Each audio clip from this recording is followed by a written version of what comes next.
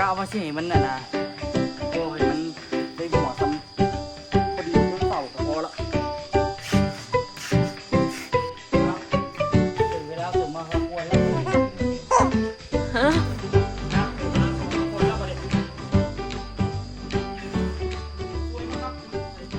สบายดีเด้อสบายดีตอนเช้าเนาะสืบเนื่องจากคลิปก่อนหน้านี้ที่เราได้มาเฮ็ดอันนี้นะทุกคนมากอก็เริ่มกอขึ้นไปเรื่อยๆเนาะมื้อนี้นี่กะตัวกะเกียมนั่นเกียมนี่เฮ็ดนั่นเฮ็ดนี่ไปเอามายังบ่ทันแล้วได้เถอะเนาะตอนนี้กำลังเล็งเพียกตัวนั้นวัชิกอตัวนั้นขึ้นทุกคนเนาะวัชิกอคือจัก2บล็อกละสิใส่ดูดอากาศเนาะปองดูดอากาศตัวนั้นที่จริงกะมันบ่ได้ใส่อันนั้นลองเบิ่งเถอะเว้ยมันบ่ได้ใส่คอมลองเบิ่งเถอะว่าสิเอาขึ้นประมาณเท่าใดแต่ตัวกะไว้ประมาณ2บล็อกน่ะก็พอดีงามที่จริงอันนี้นี่ก็ขึ้นอีก2บล็อกแล้วก็สิได้เริ่มใส่ปองลมปองอย่างเนาะอันนี้ตัวกะสิได้เริ่มใส่2หรือว่า3บล็อกก็ได้ตัวนี้นี่ถ้าเบิ่งตัวจริงเลยทุกคนสิได้เริ่มใส่ปองดูดอากาศนี่เนาะกะบางคนก็ยังงงว่าแผนของตัวนี้สิเฮ็ดจังไดเนาะสำหรับห้องนอนตัวกะสิเฮ็ดคือเก่าแหละอันนี้ก็เป็นฝาอันนั้นก็สิเป็นฝาทึบเนาะสิมีประตูเขาอยู่นี่อันนี้เป็นห้องน้ำนี่ฝาที่กอมาก็สิประมาณนี้แล้วก็มีคานไปนี่เห็นบ่อันนี้ก็สิใส่ประตูห้องน้ำอย่างประมาณนี้อันนี้ก็สิมีปองเยี่ยมตัวนี้ก็ตัวสิใส่ทึบเลยเพราะว่ากะว่าอยากใส่แอร์เพราะว่าบ่ใส่แอร์นี่เดี๋ยวออโต้สิร้อนสิลำบากเนาะกะเอาสิใส่แอร์พร้อมตัวนี้ห้องสำหรับห้องนอนเฮาเนาะห้องน้ำติดห้องนอนเป็นความที่อยากมีมาแต่โดนแล้วแหละห้องน้ำติดห้องนอนสะดวกสบายดีเนาะห้องน้ำสะดวกดีอาบน้ำก็สะดวกก็เลยว่าเสียติดห้องนอนไว้นี่เลยแต่อยู่ในห้างนี่แหละเนาะเดี๋ยวตัวที่ได้ไปซีใส่เล็กให้พอสดก่อนเพราะว่าพอสดกอแล้วล่ะฟังนั้น2บล็อกแล้วก็สิได้ใส่เล็กขันใส่เล็กขันเนาะแล้วตัวจังสีก็เริ่มก็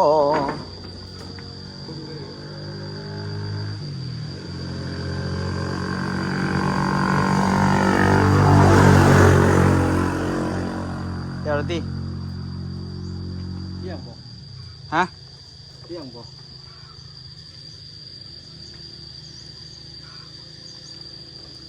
อึบพอดีแต่ว่าเสื้อปูนน้อยๆเด้อเสื้อปูนน้อยๆตัวไหนกับพอดีขึ้นอีกบล็อกหนึ่งกับจีซ้ำๆกันเลยเฮ็ดแต่เด็กก็เฮ็ดนะกะคือแบบว่า2บล็อกนี่ให้มันพอดีนี่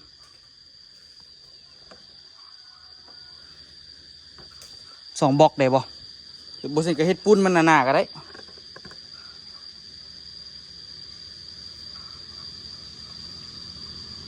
บ่ต้องให้มันซ้ำอาคารตัวนี้ก็ได้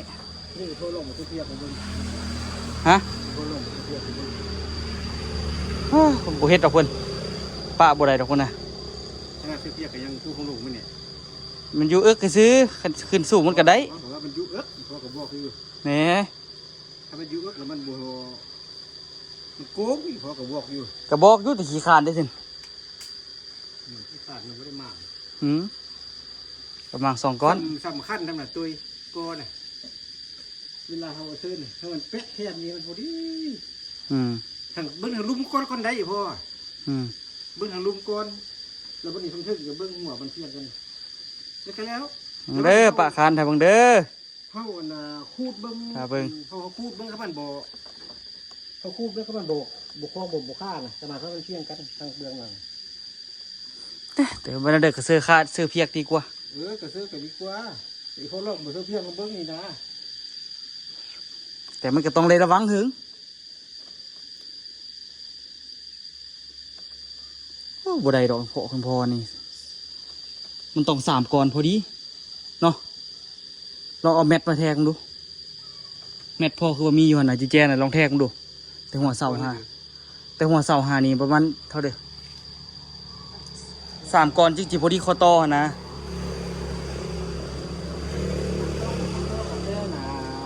ซื้อถึง2ก้อนแล้วก็ซื้อรุ่นนะเพิ่นว่านับจักกันนะคอต่อนี่ขึ้นอีกประมาณจักจริงๆนั่นแหละเนาะเสิร์ฟอีกก้อนนึงแล้วก็เริ่มเสิร์ฟนั่นเลยปองลมอย่างมันจึงพอดีกันนะเขาหมายนะมันจึงเสมอกันเขานับจากหัวเสานี่ก็ได้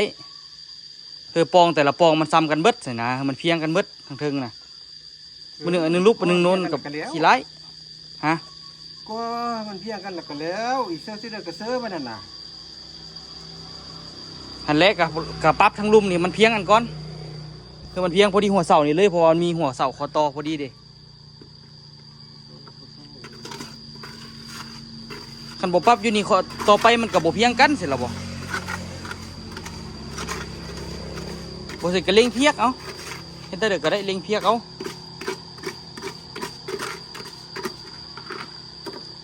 อ่ะเดี๋ยวเจาะเสาก่อนพอลงไปกินข้าวเลยดิ เพิ่มมากินสิแม่ กินไปเดี๋ยวเจาะเสาแล้วก็ทิ้งลง เกาหมู พอขึ้นเทิงแล้วขี่ข้านลงไปเอาปูนข้าด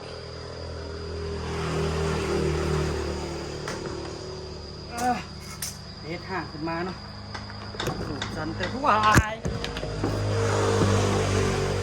ถ่ายคลิปก็ลำบากได้ขาตั้งกล้องกะ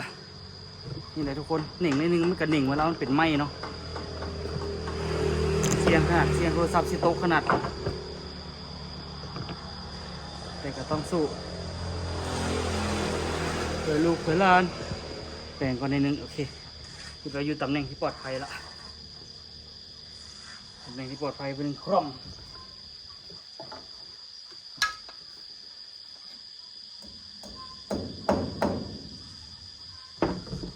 ก็เอาว่าสิให้มันน่ะนะก็ให้มันได้หัวซ้ำพอดีเพียงเสาก็พอละ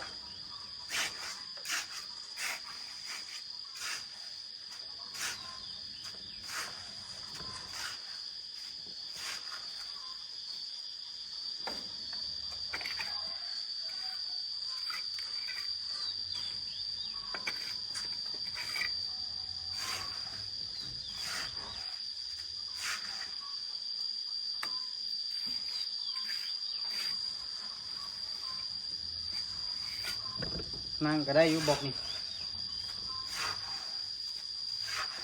ถ้าเรากอด้านนี้มาแล้วมัน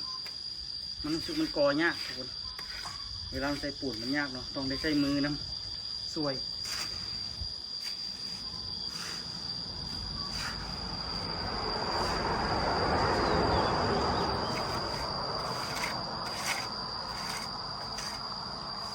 คานตัวนี้เรียกปูนโบกอีกมันที่ร้ายเกินไป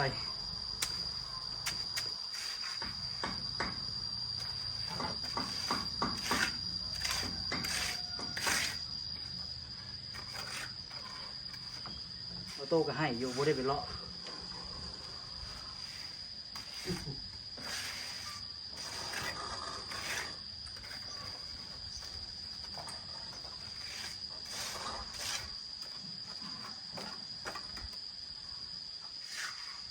เพื่อหน้าสิบ่ได้พามันเลาะไปไหนละมันเลาะแล้วมันย่ามไปปัดอยู่เงินแล้วมันละให้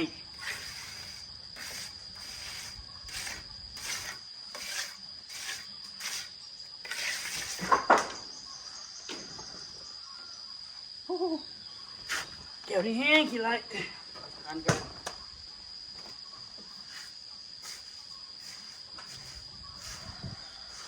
ไม่จันไปงานแต่งทุกคน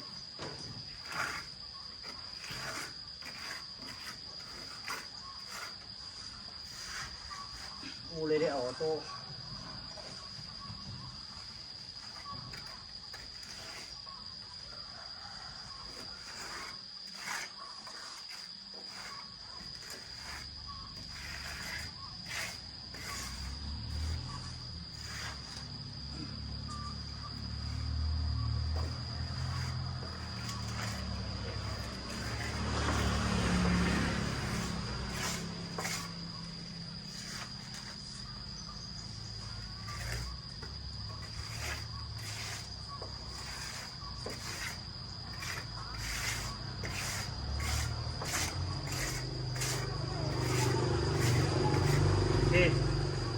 ไปวันนั้นบุกมันจริงๆง่ายนะทุกคน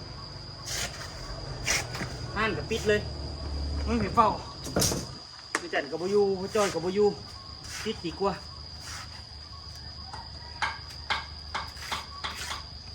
เปิดไว้กับย่านคนมาล่ะลุกไปเฮ็ดแล้วมันยาก ลูกไปขายเครื่องนั่นลงไปขายเครื่อง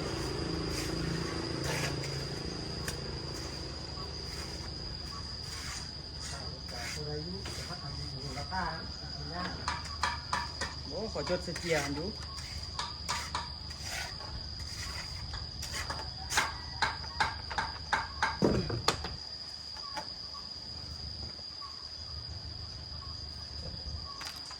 เปิดเข้าไป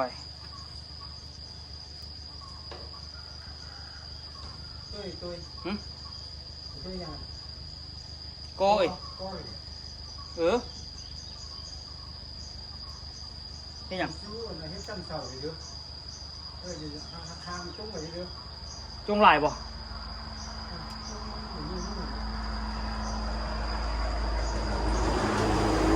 เอาเพียงสำคัญพอแหละ ฮะ เอาสำคัญพอเฮ็ดนี่แหละ ข้างถ้ามันกระโปรงเด้บ่ได้นอนเด้ เพราะคันกะยับเขาเนื้อหลายเลย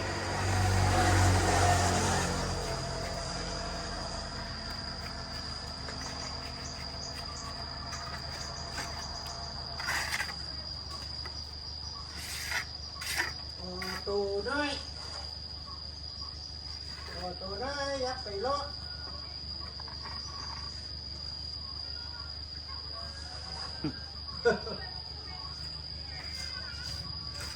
เอามันยันเลาะได้ไหมอูสิแหละ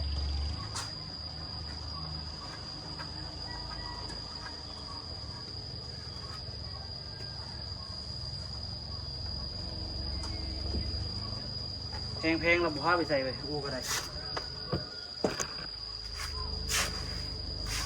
มาเฝ้าห้านไปอูมาเฝ้าห้านเปิดห้านแม่ทำบ่ได้เห็นอย่างน่ะ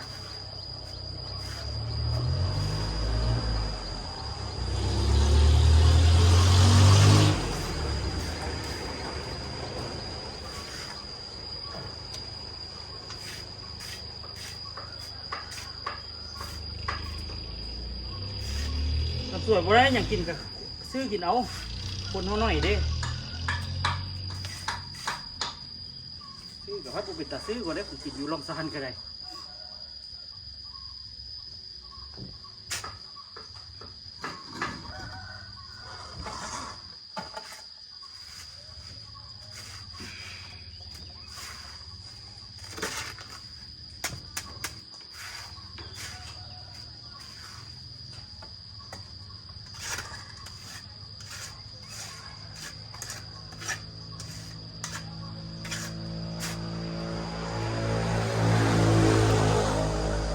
ค่อยๆก็ไปนะทุกคน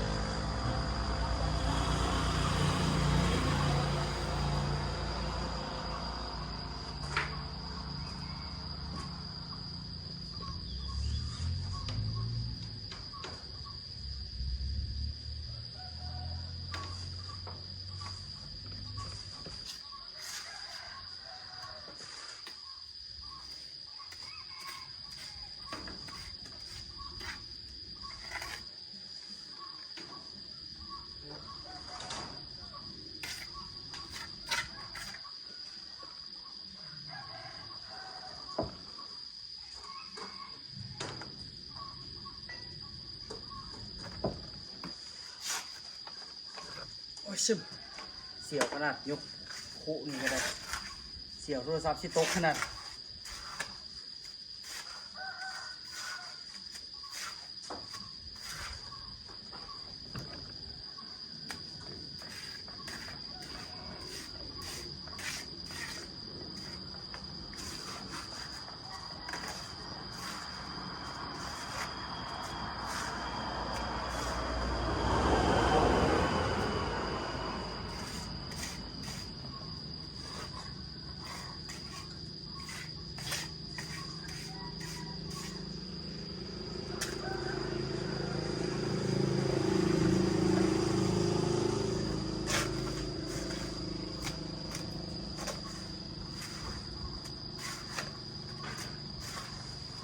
หลังๆมาคือว่าผู้ซื้อก็ขูดมีซ้ายหลายโพดเลยแต่มันก็โกได้อยู่ตรงนี้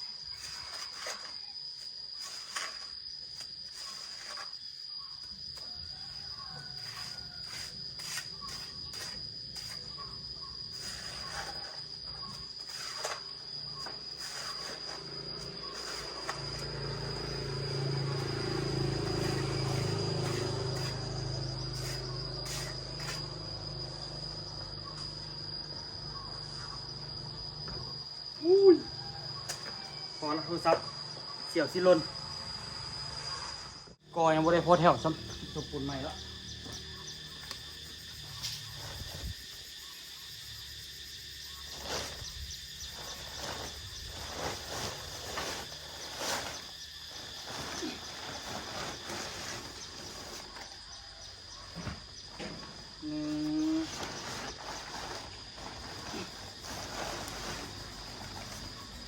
ต้อง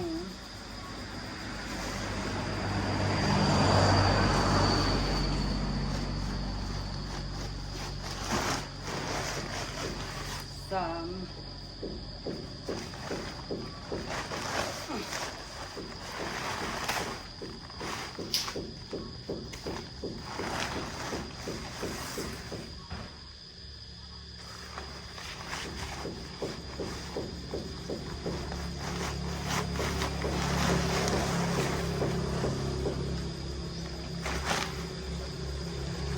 2:1ตัวนี้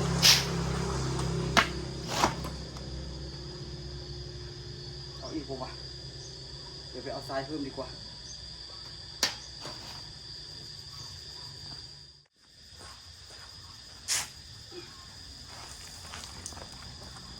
เพิ่มอีก3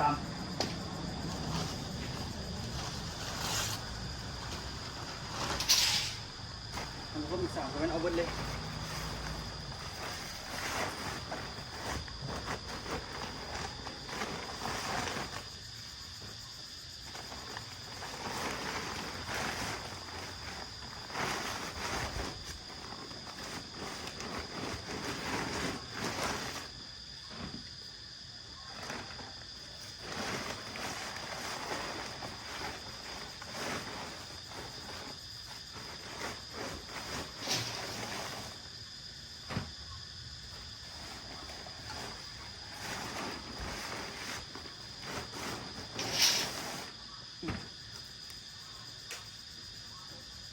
ซะแถม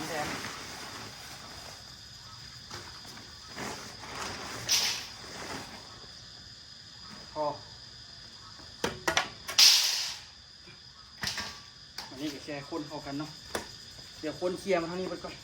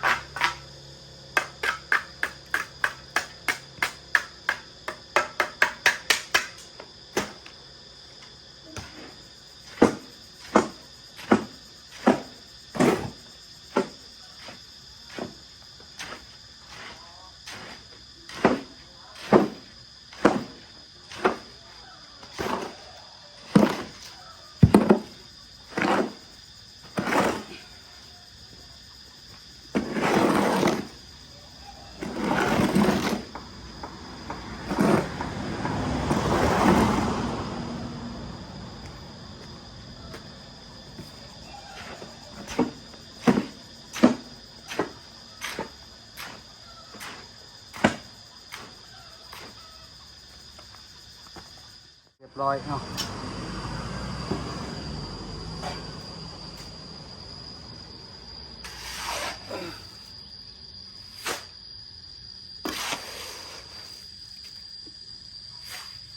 ไปเลยเริ่มปอถึงเวลาสมมาพาควรละบัดนี้ถึงเวลาสมมาพาควรละบัดนี้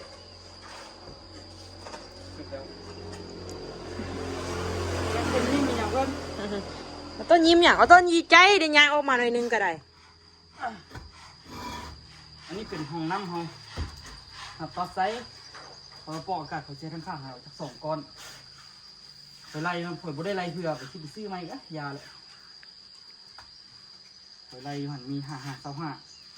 ปองมี2 ปองที่ได้ใส่4 ก้อนจะได้ยี่หรอกใส่ของน้ำจะ2 ก้อนเพื่อบางทีตอนสวยขั้นเปิดไฟ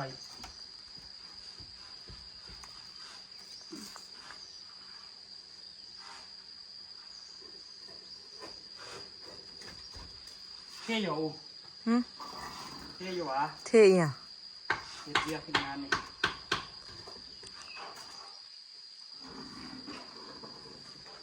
ตัวน้องอูเอ้ย เท่แล้ว เงียบเลยน้องอูนี่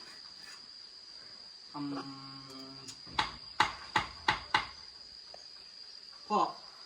เขาเอานี่ยองเขาควรเสื้อปูนบ่เลยกูเสื้อเอายองปูนเนี่ย เอาย่อมปุ้งเหรอ เดี๋ยวเราตอกกระปูเพิ่มเลยนะ เอากับเบิ้งอันน่ะเอาใหม่ย่องมาดูมันพอดีบ่ พอดีอย่าง พอดีกว่านั้นพอดีกว่า พอดีแหละมันก็ต้องสวดขึ้นกว่า เอาปุ้งชนิดนึงก็รู้ ปูนเส้นนึงเนาะ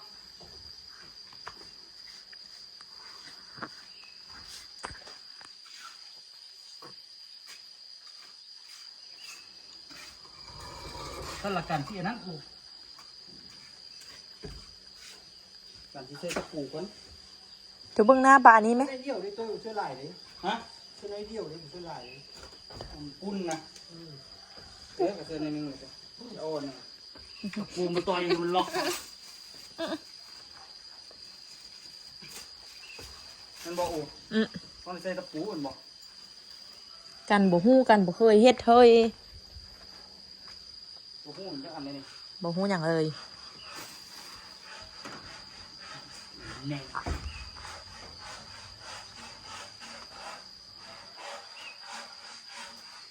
ใกล้แล้ว อีกเดือนหนึงแล้วบ่ตุ้ยเดือน6แล้วบ่เดือน6หมดเดือน6แล้วบ่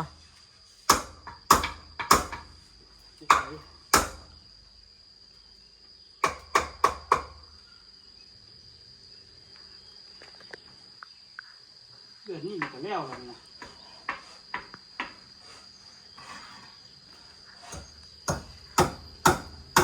ตอนเจ้าเฮ็ดงานอยู่เวียงหันจักเดือนแล้ว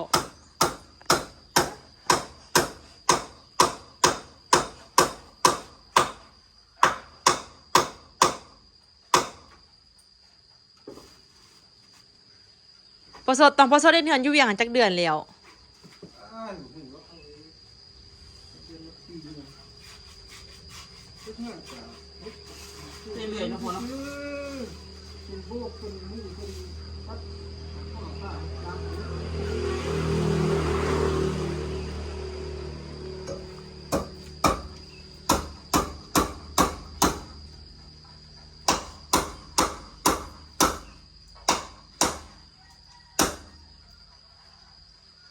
ผมต้องเฮ็ดเองเบิด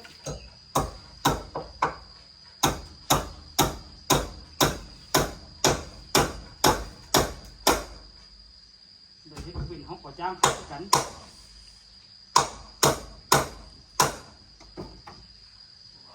อึ๊บซึม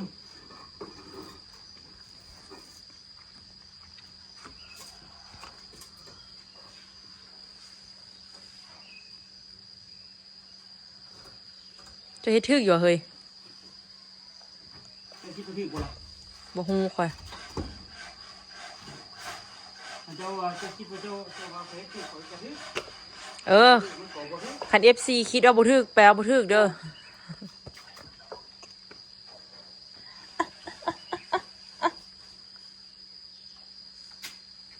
เมียนบ่ไม่ใช่เล็กหลายที่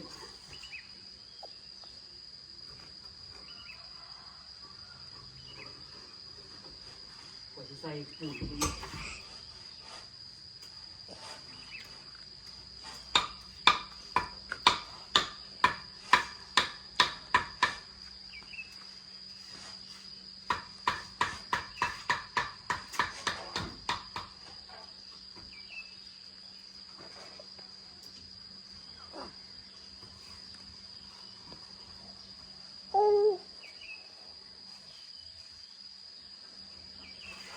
เก็บสวยแล้วครับ ใส่ทิศทาง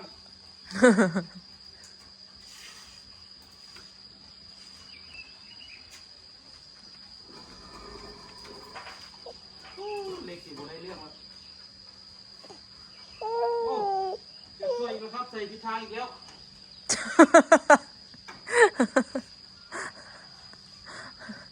เอาดี อยู่ข้างไหนก็ได้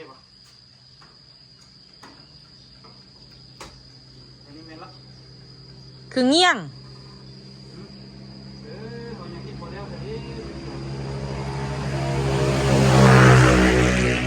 ถึงเจ้าเสร็จแล้วกันยังเงี้ยงอยู่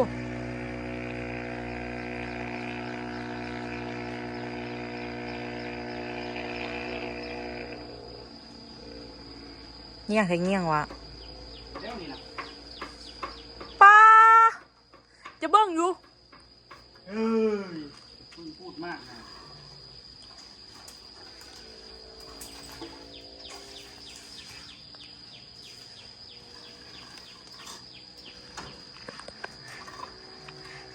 เงี้ยงเงี้ยงแม่นอันนี้กัดหูแล้ว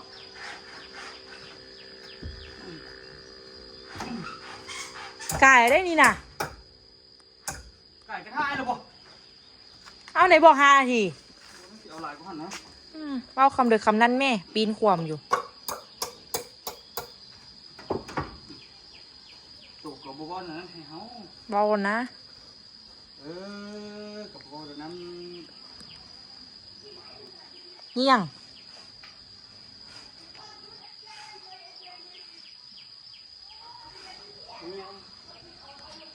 ให้ซอยกันไหมมันต้องไปก่อบล็อกนี่เซิร์ฟมันจะอยู่มาขึ้นไปให้ซอยกันก่อนมั้ยฮะก่อบล็อกก่อนชุบตรงนี้โอ้ยก่อบล็อกก่อนเลยยากมากนี่ให้เอาไปได้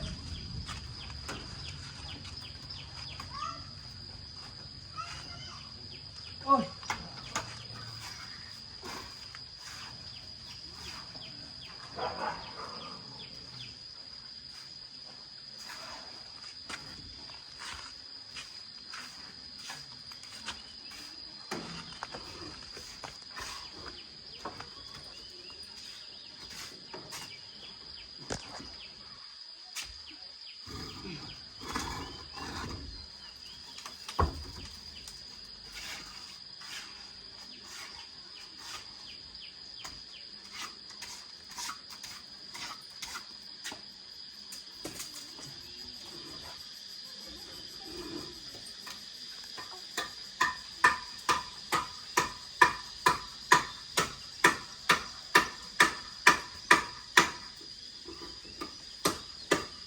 พอเลยไปเสียข้าวแปลงครับ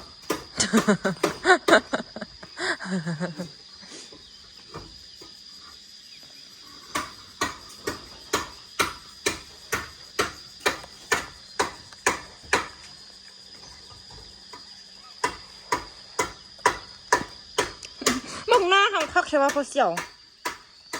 ออโต้อะเบื้องหน้าคือเบื้องแทบเบื้องอ่ะ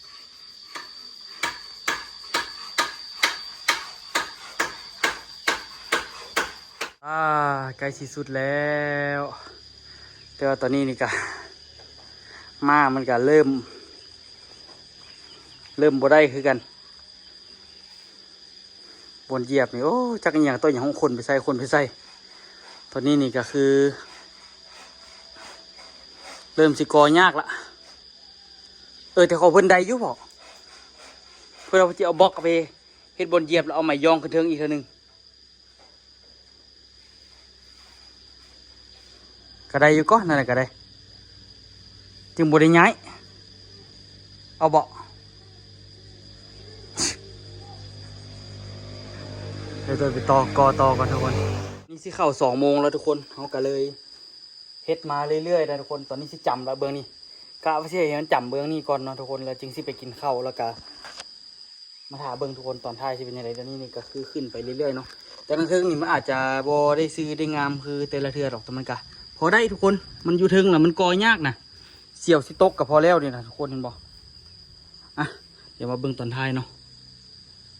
ก่อนสุดท้ายทุกคนนี่ทาผสมปูนให้เนาะเมื่อกี้นี่ฟ้าพาอยู่ต้นหน้านี่แหละทุกคนตัวเห็นเป็นสายฟ้าเลยแมปปังบูดึงข้างหน้าทางนี่เลยทุกคนตกใจแถวว่าตัวจนก้มหัวคงมาอยู่ใกล้แห้งกันนะได้ยินเสียงเป็นเสียงไฟฟ้าเป็นแงบนะแงบนะจนเป็นเสียงไฟฟ้าพุ่นนะคงว่ามันอยู่ใกล้เขาเฮงกันนะใกล้แล้วทุกคนเนาะเดี๋ยวเลี้ยวมาถ่ายทุกคนเมืองทางถ่ายเนาะทาปูนอยู่ตอนนี้เราจะเทปูนให้ ตัวอยู่เทิงนี้มันลงไปยากขึ้นก็ยากลงก็ยากเนาะให้พอสดยืนให้เอาพอสดกระโจนั่นเลยแล้วก็มายืนให้ตัวเอาพอสดยานความสูงเนาะพอสดยานตกตัวเล็กเป็นคนขึ้นแทนนี่ทุกคนเอาปูนโมะสิแรกอยู่แต่ว่าปูนมืดก่อนทุกคนเนาะก็เลยที่ไปกินข้าวก่อนกลับมาสิมาเฮ็ดต่อเนาะอันนี้นี่กาเป็นผลงานของเฮาที่เฮ็ดในมื้อนี้เนาะก็ถือว่ามื้อนี้กาว่า3ห้องนี่อยากให้มันแล้วแต่บ่ฮู้สิเป็นไปได้บ่ถ้าเบิ่งตัวจริงนะทุกคนฝากติดตามเนาะสำหรับคลิปนี้ขอตัวลาทุกคนไปก่อนแล้วเจอกันคลิปหน้าเด้อบ๊ายบาย